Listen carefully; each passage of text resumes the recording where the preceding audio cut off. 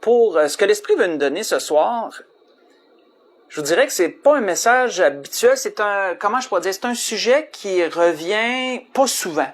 On n'en parle pas souvent, et souvent, quand on en parle, c'est à cause d'une circonstance. C'est à cause d'une circonstance qui est survenue.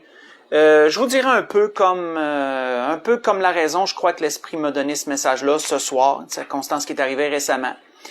Mais c'est un sujet qui est bon qu'on revoie, de temps en temps. L'Esprit veut nous conduire là-dedans et nous apporter une douceur, même, je vous dirais, à travers ce sujet, même s'il peut être parfois un peu lourd.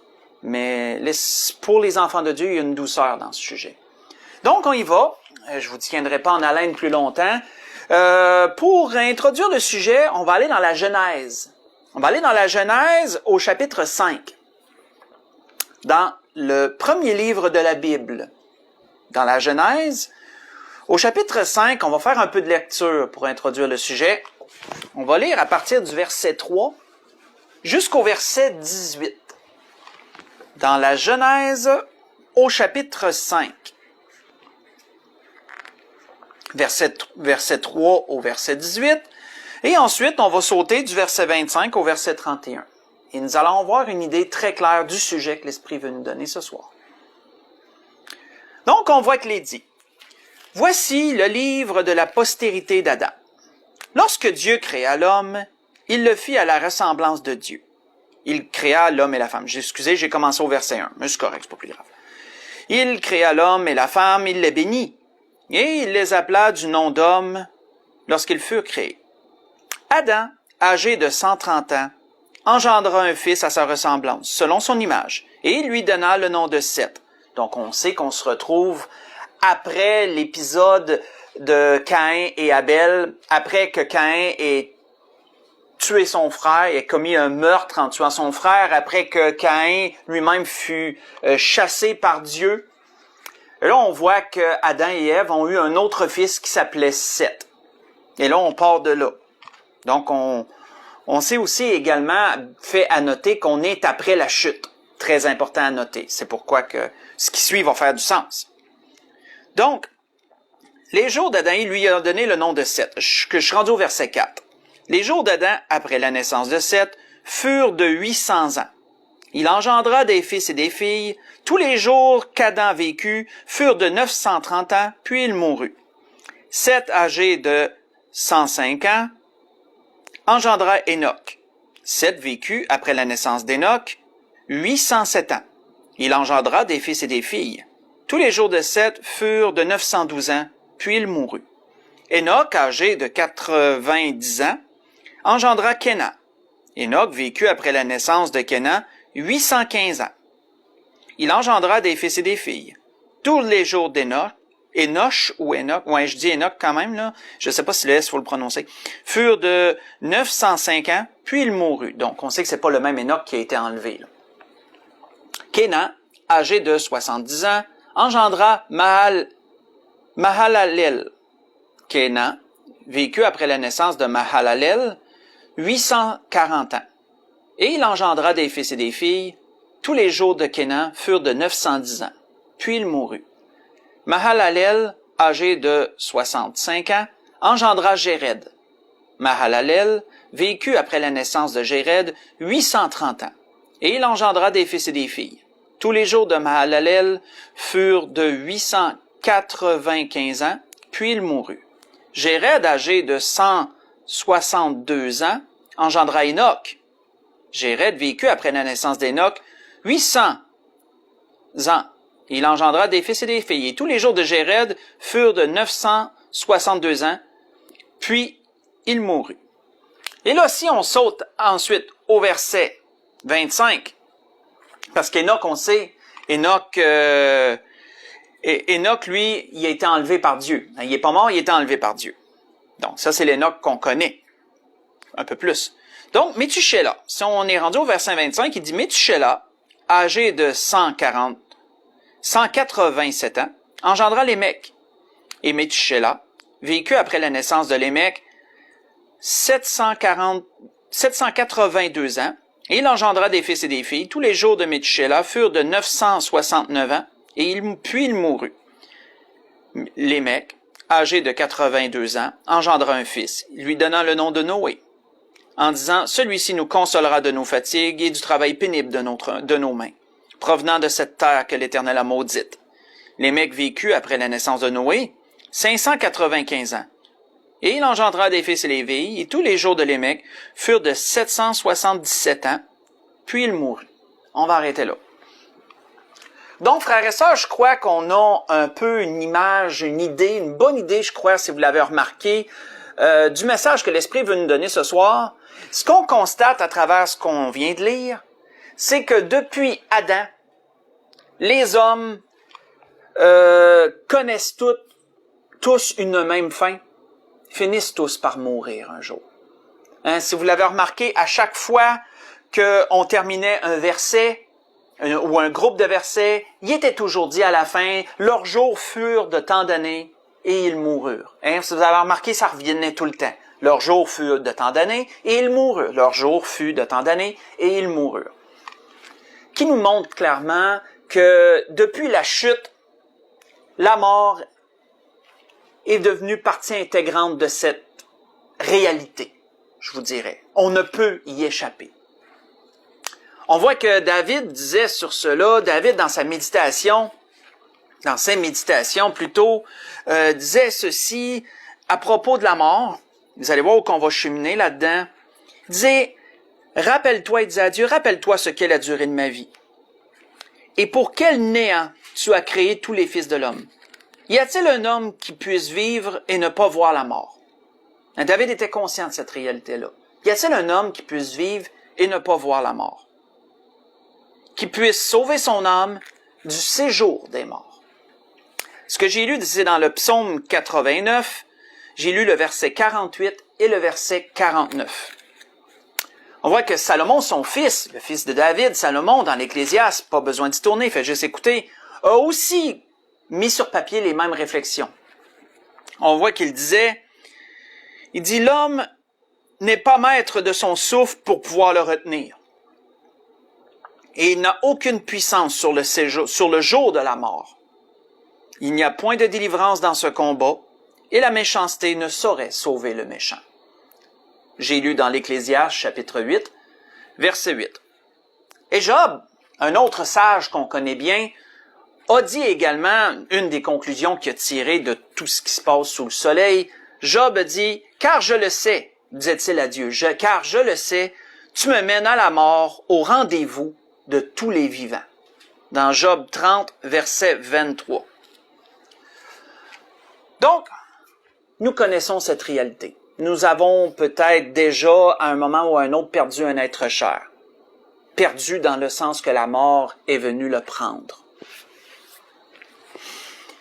Maintenant, il faut se rappeler, qu'est-ce que la Bible nous dit à propos de la mort? Continuons là-dedans et tournons dans Romains chapitre 5. Qu'est-ce que la Bible nous dit à propos de la mort? On a vu que jusqu'à présent, qu'est-ce qu'on a vu? Et ce que les sages du passé ont constaté, c'est que la mort fait partie, depuis Adam, depuis la chute, la mort fait partie intégrante de la création, de cette création-ci. Elle fait partie intégrante de notre existence. Et c'est une chose contre laquelle on ne peut lutter. C'est une chose à laquelle nous ne pouvons échapper. Nous ne sommes pas maîtres de notre propre souffle pour pouvoir le retenir. Mais, qu'est-ce que la Bible nous rappelle? Premièrement, à propos de la mort, l'apôtre Paul l'exprimait bien aux Romains, dans Romains 5. Si on lit du verset 12 au verset 14, l'apôtre Paul disait, « C'est pourquoi, comme par un seul homme le péché est entré dans le monde, et par le péché la mort, et qu'ainsi la mort s'est étendue sur tous les hommes, parce que tous ont péché. Car jusqu'à la loi, le péché était dans le monde. Or, le péché n'est pas imputé quand il n'y a point de loi. Cependant, la mort a régné depuis Adam jusqu'à Moïse, même sur ceux qui n'avaient pas péché par une transgression semblable à celle d'Adam, lequel est la figure de celui qui devait venir. » On va arrêter là. Donc, qu'est-ce que l'apôtre Paul rappelait aux Romains? Il les aiguillait vers quelle direction? Il leur rappelait que le péché est la cause première de la mort. La désobéissance à Dieu a été ce qui a apporté le péché dans le monde. C'est ce qui a amené premièrement la séparation entre Dieu et l'être humain. Et par cette séparation-là, le péché a amené la séparation entre Dieu et l'être humain. Et par ce même péché, la mort est devenue une réalité. Ce qui n'était pas au temps du Jardin d'Éden avant la chute. La mort est devenue une réalité. Elle n'existait pas avant. Elle est venue en existence à ce moment-là. Et qu'à cause du péché, il en est venu ce que nous appelons la séparation. La mort est une séparation. La mort est ce qui sépare notre âme de notre corps. Lorsque le corps meurt, l'âme ne peut plus y résider. Elle doit s'en détacher. Elle doit se détacher de ce véhicule qui est devenu, qui est brisé, qui n'est plus opérationnel. Donc l'âme se détache. C'est la mort qui cause cette séparation. C'est d'ailleurs pourquoi dans Jacques, quand il est parlé de la foi, il est dit, comme le corps sans âme est mort, de même la foi sans les œuvres est morte, si vous vous souvenez. Jacques avait fait ce parallèle-là. Mais la mort est également ce qui amène la séparation parmi les êtres humains. C'est la mort qui amène la séparation entre un père et son fils, entre une mère et sa fille, entre des amis, entre des connaissances, entre des frères et sœurs. C'est toujours le péché qui amène la mort et c'est toujours la mort qui amène cette séparation-là. Et ce que les sages du passé ont constaté à propos de la mort, comme Salomon d'ailleurs le disait, faites juste écouter toujours, comme Salomon le disait dans un proverbe, on voit qu'il est dit, la sangsue a 2 filles, donne et donne. 3 choses sont insatiables. 4 ne disent jamais assez. Le séjour des morts, et dont la première de ces choses. Le séjour des morts, la femme stérile, la terre qui n'est pas rassasiée d'eau, et le feu qui ne dit jamais assez. J'ai lu dans Proverbe chapitre 30, verset 15 et le verset 16. Encore là, Salomon nous a fait comprendre, nous a constaté que la mort n'est jamais rassasiée. La mort ne dit jamais qu'elle n'en a assez, elle en veut toujours plus. C'est comme un trou sans fond. La mort, c'est comme un trou sans fond. Il n'y a pas d'assez d'êtres humains depuis la création qui sont morts pour que la mort dise « j'en accepte plus ». Il en sera ainsi jusqu'à ce que le Seigneur la détruise un jour. Elle est insatiable, que la Bible nous dit, qui veut dire qu'elle n'est jamais rassasiée. On voit que Job avait d'ailleurs dit lui-même quelque chose de semblable. Il avait dit « Comme la sécheresse et la chaleur absorbent les eaux de la neige, ainsi le séjour des morts engloutit ceux qui pêchent. » Parce que c'est par le péché que la mort est venue dans le monde et que puisque tous les hommes ont péché, tous sont morts. Comme l'apôtre Paul le dit aux Romains. Aux Romains, chapitre 3, à partir du verset 12. Et on voit que depuis Adam jusqu'à Jésus, il n'y a pas eu aucune exception. C'est un combat perdu d'avance, en ce sens. Mais, quoique jusqu'à présent, la mort peut nous sembler un sujet, sans issue. La mort peut nous sembler un sujet désespérant, un sujet lourd. Jésus a amené une révolution. Une révolution qui a absolument tout changé, frères et sœurs, sur cet aspect-là. Qu'est-ce que Jésus apportait déjà de son temps? Déjà, il apportait un discours révolutionnaire. Que disait-il? Prenons 2 citations qui vont vraiment englober ce que le Seigneur disait, qui était totalement révolutionnaire de son temps. Dans Jean chapitre 11, si vous voulez y tourner. Dans Jean chapitre 11, qu'est-ce que le Seigneur apportait par rapport à la mort?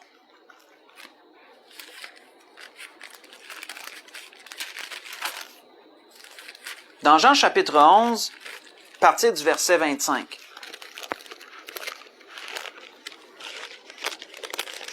Lorsqu'un très bon ami à lui est mort, très bon ami du nom de Lazare, et que ces deux sœurs qui étaient des bonnes amies à Jésus aussi, Marthe et Marie, étaient en peine, ainsi que tous les Juifs qui étaient venus les consoler de cette mort. Qu'est-ce que Jésus avait dit à Marthe était totalement révolutionnaire de son temps. On voit que dans Jean chapitre 11, à partir du verset 25, Jésus dit à Marthe, « Je suis la résurrection et la vie.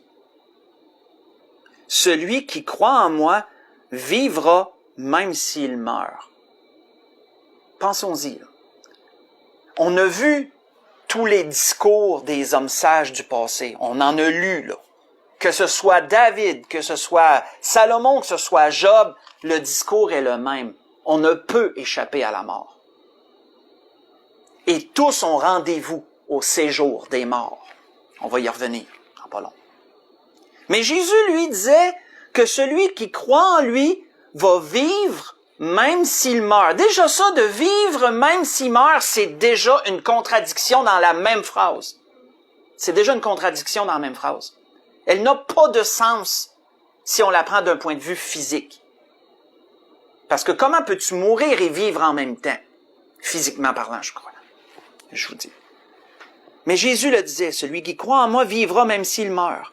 Et quiconque vit et croit en moi ne mourra jamais. Ça allait encore plus loin. Et il l'a dit à Marthe, crois-tu cela? Crois-tu cela? On voit que le Seigneur était tellement controversé dans ce discours-là, dans ce narratif-là qu'on pourrait dire, à propos de la mort. Comment lui parlait de la mort. Il était tellement controversé qu'il a dit à un autre endroit à d'autres gens à qui il parlait de ça. Il leur a dit, en vérité, je vous le dis, si quelqu'un garde ma parole, il ne verra jamais la mort. Hein? Si quelqu'un garde ma parole, il ne verra jamais la mort. Maintenant, lui dirent les Juifs, nous savons que tu as un démon. Abraham est mort, les prophètes aussi. Et tu dis, si quelqu'un garde ma parole, il ne verra jamais la mort. Ce que j'ai lu, c'est dans Jean chapitre 8. J'ai lu le verset 51 et le verset 52. Donc, voyez-vous que pour les Juifs, c'était un discours totalement révolutionnaire, mais un discours aussi qui n'avait pas de sens dans leur compréhension. Hein, parce qu'ils ont fait remarquer qu'Abraham, pourtant, est un homme pieux. Là. Abraham, c'est un homme qu'on peut pas dire qu'il n'a pas gardé la parole de Dieu. Et pourtant, il a vu la mort, puisqu'il est mort. Les Juifs, dans leur enseignement, dans ce qu'ils ont compris de tous les textes passés, ils ont été enseignés que l'âme, à la mort du corps, l'âme entrait par les portes du séjour des morts. C'est répété à plusieurs fois dans la parole, ça. L'âme entre par la porte du séjour des morts et s'en va séjourner dans ce lieu jusqu'à la résurrection des justes. Et c'est ça, jusqu'au jugement, il y a la résurrection des justes. C'est dans cet enseignement que les Juifs étaient. Et que c'est pas un faux enseignement, là. Mais ça, c'était un enseignement avant Jésus. Jésus apportait une révolution. Il apportait quelque chose qui allait complètement bouleverser l'ordre des choses et bouleverser la façon de comprendre même de ces choses-là. Il allait amener quelque chose de nouveau. Leur compréhension était bonne. Il est vrai que jusqu'à Jésus, lorsque le corps mourait, l'âme entrait par les portes du séjour des morts, et lorsque tu franchis ces portes-là, il n'y a pas de retour en arrière. Tu es dans ce lieu, dans le séjour des morts, jusqu'à la résurrection, avant Jésus. Et dans le séjour des morts, nous devons comprendre que avant Jésus, il y avait 2 lieux dans le séjour des morts. Dans le séjour des morts, qui sont également appelés les enfers. Les enfers, c'est les lieux inférieurs. Donc, comprenons bien qu'avant Jésus, l'enfer n'était pas seulement un lieu de condamnation. L'enfer, c'est la région inférieure. C'est infernum. Ça vient du latin, ça. Enfer, ça vient d'infernum. Et ça parle des régions inférieures. Et donc, dans les régions inférieures, il y avait 2 lieux. Il y avait le sein d'Abraham, qui est appelé aussi le paradis. Souvenez-vous ce que le Seigneur a dit à la croix lorsque un des 2 brigands l'a défendu contre l'autre et qu'ensuite il a dit à Jésus, « Souviens-toi de moi lorsque tu vas rentrer dans ton règne. » Il y a Jésus dans Luc chapitre 20, mais je me souviens plus exactement des versets. Jésus lui avait dit, « Je te le dis en vérité, aujourd'hui même tu seras avec moi dans le paradis. » Tu seras avec moi dans le séjour des morts, dans le lieu du paradis, dans le lieu du sein d'Abraham. Mais également, dans le même séjour des morts, il y avait aussi la fosse, qui est le lieu de condamnation. Il y avait aussi la fosse. Les 2 lieux sont côte à côte, étaient côte à côte. Référez-vous à la parabole de Lazare et de l'homme riche. La parabole de Lazare et de l'homme riche, qui nous dépeint, Jésus nous dépeint exactement ce portrait-là. Et donc, sachant cela, quelle révolution Jésus a-t-il amené? On voit que Jésus a dit des paroles très audacieuses de son vivant. Celui qui croit en moi, qui garde ma parole, ne mourra jamais. Et il vivra même s'il va mourir, il va vivre. Qu'est-ce que la parole nous dit sur ça? Si on tourne dans 1 Corinthiens 15. 1 Corinthiens 15. Si on lit versets 3 et 4, qu'est-ce que l'apôtre Paul disait aux Corinthiens?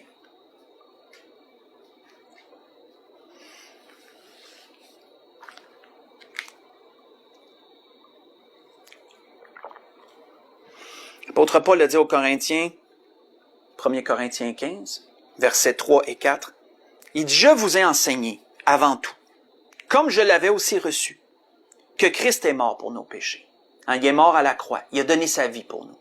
Il est mort pour nos péchés. Selon les Écritures, il a été enseveli. Il est ressuscité le 3e jour, selon les Écritures, est-il dit. Et ensuite, on continuera pas à lire, mais ensuite, il est apparu à Céphas, etc. Mais notez ce que Paul disait, en peu de mots. Il dit, selon les Écritures, Jésus a donné sa vie pour nous. Selon les Écritures, il a été enseveli. Et selon les Écritures, il est également ressuscité des morts. Et c'est tout là la révolution que Jésus a amenée. Parce que la résurrection de Jésus d'entre les morts démontre une victoire qu'il a eue sur la mort. Ça démontre que la mort a perdu de sa suprématie. Elle a perdu sa suprématie, sa poigne, on pourrait dire, son autorité sur les âmes qui y entrent. La mort a perdu de sa suprématie parce que Jésus l'a vaincu. Qu'est-ce qui est arrivé avec Jésus par rapport au séjour des morts? Qu'est-ce qui a révolutionné totalement les choses? C'est que, souvenez-vous, avant, on disait, quand tu rentres dans le séjour des morts, tu n'en sors pas. C'est ce que les anciens disaient. Quand tu rentres dans le séjour des morts, tu n'en sors pas. Mais Jésus, lui, en est sorti. On voit que l'apôtre Paul avait dit sur l'apôtre Pierre, lorsqu'il a témoigné les gens de sa nation, qu'est-ce qu'il a dit par rapport à ça?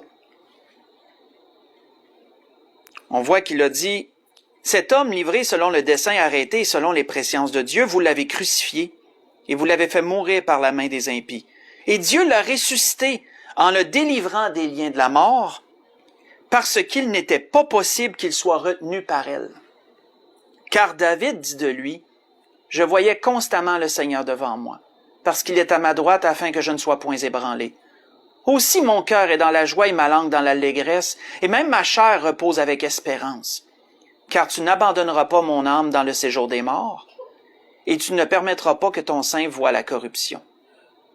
Tu m'as fait connaître les sentiers de la vie, tu me rempliras de joie par ta présence. » Dans les Actes au chapitre 2, ce que j'ai lu Actes chapitre 2, verset 23 au verset 28. Qu'est-ce que l'apôtre Pierre a dit? L'apôtre Pierre a dit que la mort ne pouvait pas retenir Jésus. La mort ne pouvait pas retenir Jésus. Il était impossible qu'il soit retenu par elle. Et de ce fait, la parole nous enseigne également que lorsque Jésus est revenu d'entre les morts, il n'est pas revenu seul. Ce que l'apôtre enseignait aux Éphésiens, chapitre 4, verset, on pourrait dire du verset 8 au verset 10, alentour de là, c'est que Jésus a ramené avec lui des captifs. Jésus a ramené avec lui ceux qui étaient dans le sein d'Abraham, ceux qui étaient dans la portion paradisiaque du séjour des morts, si je peux m'exprimer comme ça. Il les a ramenés avec lui. De sorte que parole de l'Apocalypse sied bien à la révolution que Jésus a amenée sur la mort. Parole de l'Apocalypse dit ceci. C'est ici la persévérance des saints qui gardent les commandements de Dieu et la foi de Jésus. J'ai entendu du ciel une voix qui disait, « Heureux dès à présent les morts qui meurent dans le Seigneur. » Heureux dès à présent les morts qui meurent dans le Seigneur. Oui, dit l'Esprit, afin qu'ils se reposent de leurs travaux, car leurs œuvres les suivent. Je vous ai lu dans Apocalypse, chapitre 14, j'ai lu verset 12 au verset 13.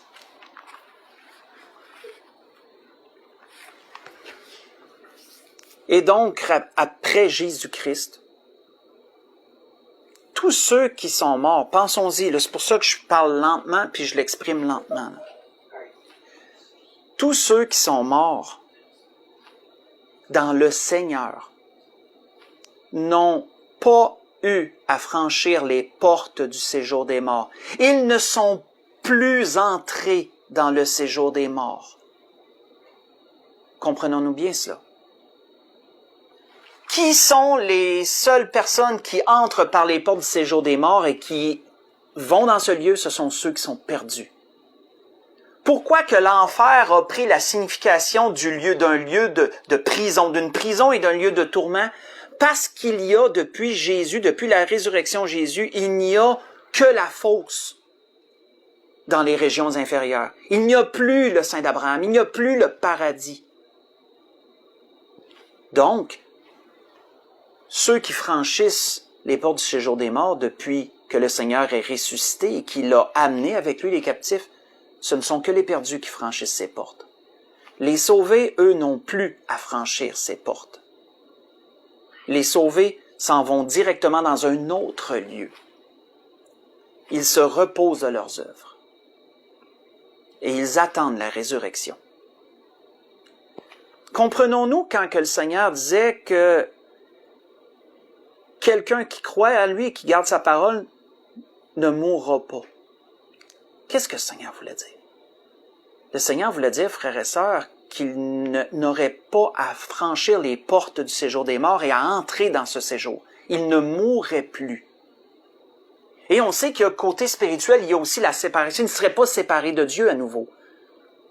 Parce que si tu reçois Jésus comme ton sauveur et Seigneur, si tu gardes sa parole et tu demeures fidèle dans cette vie, tu ne seras pas séparé de Dieu à la mort de ton corps. Tu es réuni, tu es réconcilié. Ton âme s'en va dans un autre lieu. Dans un lieu de repos, en attente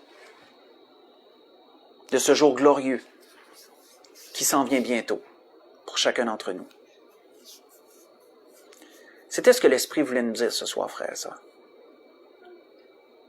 On a perdu dernièrement, tout récemment, on a perdu une personne qu'on aimait beaucoup. Notre sœur Huguette Poulain, qui s'en est retournée à la maison. S'en est retournée vers notre Seigneur, on va dire ça comme ça. S'en est retournée dans ce lieu où les morts en Christ attendent le jour que nous attendons aussi, le jour de la réunion, de la grande réunion, où les morts viendront ici-bas reprendre leur corps, et où les vivants qui seront restés ne devanceront pas les morts, comme il est dit dans 1 Thessaloniciens chapitre 4, Et lorsque les morts viendront reprendre leur corps glorifié et que les vivants auront un corps transformé, nous irons tous, la Bible nous dit, ensemble à la rencontre du Seigneur dans les airs. Personne ne se devancera. C'est pourquoi certains m'ont déjà demandé, c'est une parenthèse que je vais ouvrir et refermer avant de conclure, certains m'ont déjà demandé où est-ce que les âmes vont en attente de l'enlèvement de l'Église. Personnellement, et là je le dis personnellement, d'après ma compréhension des Écritures, que je crois fermement, moi je crois qu'il y a une salle d'attente. Je vais dire ça comme ça. Comme avant, il y avait le sein d'Abraham qui était comme un peu une salle d'attente. Je crois que même en dehors du séjour des morts, au ciel, qu'on va dire dans la réalité éternelle, dans la réalité céleste, j'ai de la misère à l'exprimer, mais dans le domaine de Dieu, où Dieu réside, je crois qu'il y a un endroit où les morts sont réunis en attente. Puisque l'apôtre Paul disait aux Thessaloniciens que les morts ne devanceront pas les vivants pour rencontrer le Seigneur. Donc, si déjà les morts étaient déjà avec le Seigneur, ils nous devanceraient dans cette rencontre-là, comprenons-nous. Donc, c'est pourquoi que je crois qu'il y a un lieu. Comme il y avait autrefois un lieu, il y a encore un lieu, mais il n'est plus au même endroit. Il est au ciel, ce lieu. Et les âmes se reposent de leurs œuvres. Et elles attendent l'enlèvement de l'Église, où tout le monde aura un corps glorifié, les morts comme les vivants, chacun à leur façon. Et nous irons tous en rencontre du Seigneur.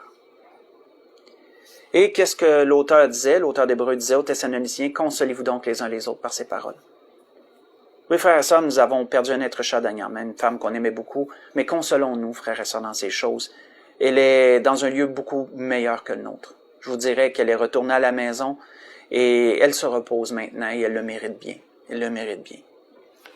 Pour conclure ce que l'Esprit voulait nous donner ce soir, je vais vous inviter à tourner dans 1 Corinthiens 15. On va y retourner. 1 Corinthiens 15. 1 Corinthiens 15, à partir du verset 20 jusqu'au verset 26. Et on conclut là-dessus.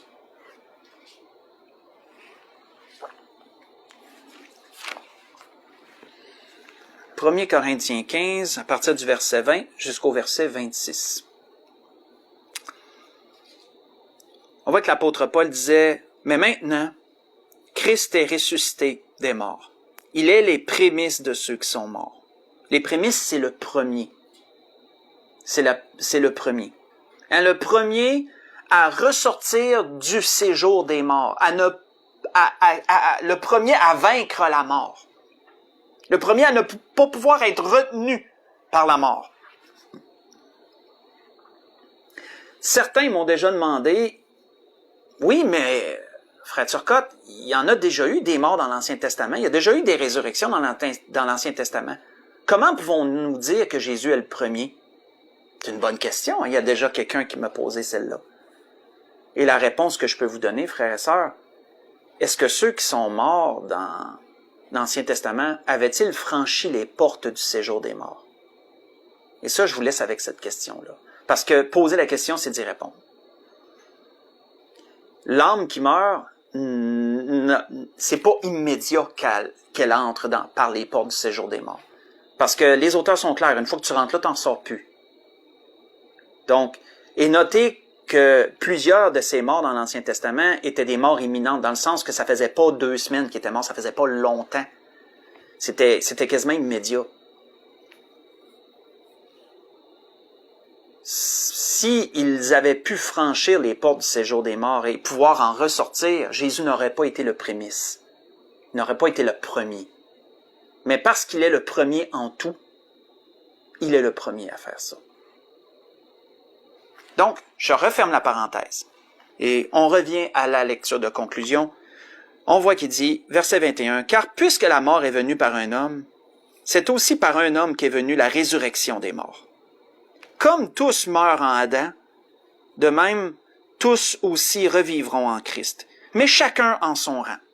Christ comme prémisse, puis ceux qui appartiennent à Christ lors de son avènement.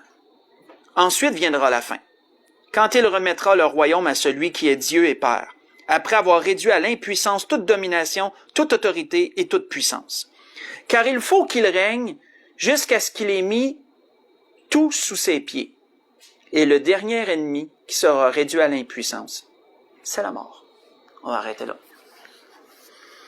La mort va être réduite à l'impuissance après le diable. C'est quelque chose. Hein? La mort va être détruite à la fin de tout. Elle sera la dernière chose qui sera détruite. Elle sera la dernière chose qui sera détruite.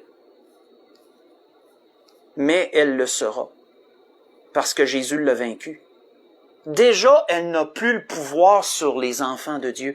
Déjà, la mort n'a même pas de pouvoir sur nous si nous sommes sauvés. Ah, peut-elle prendre notre corps? Oui. Oui, elle le peut. Mais peut-elle prendre notre âme?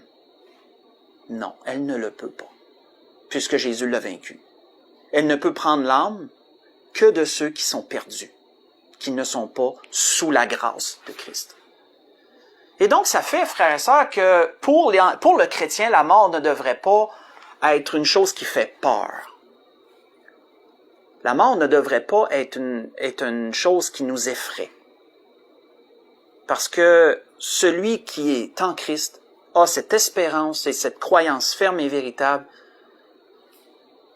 que la mort n'est simplement qu'une délivrance de ce corps et une possibilité d'être dans de se reposer de nos œuvres jusqu'à ce que nous prenions un corps glorifié et que nous rencontrions le Seigneur. C'est pourquoi que David avait dit dans un psaume que le juste va trouver refuge même dans la mort. Vous vous souvenez de celle-là, hein? Le juste va trouver refuge même dans la mort. Alors, c'était ce que l'Esprit voulait nous donner ce soir.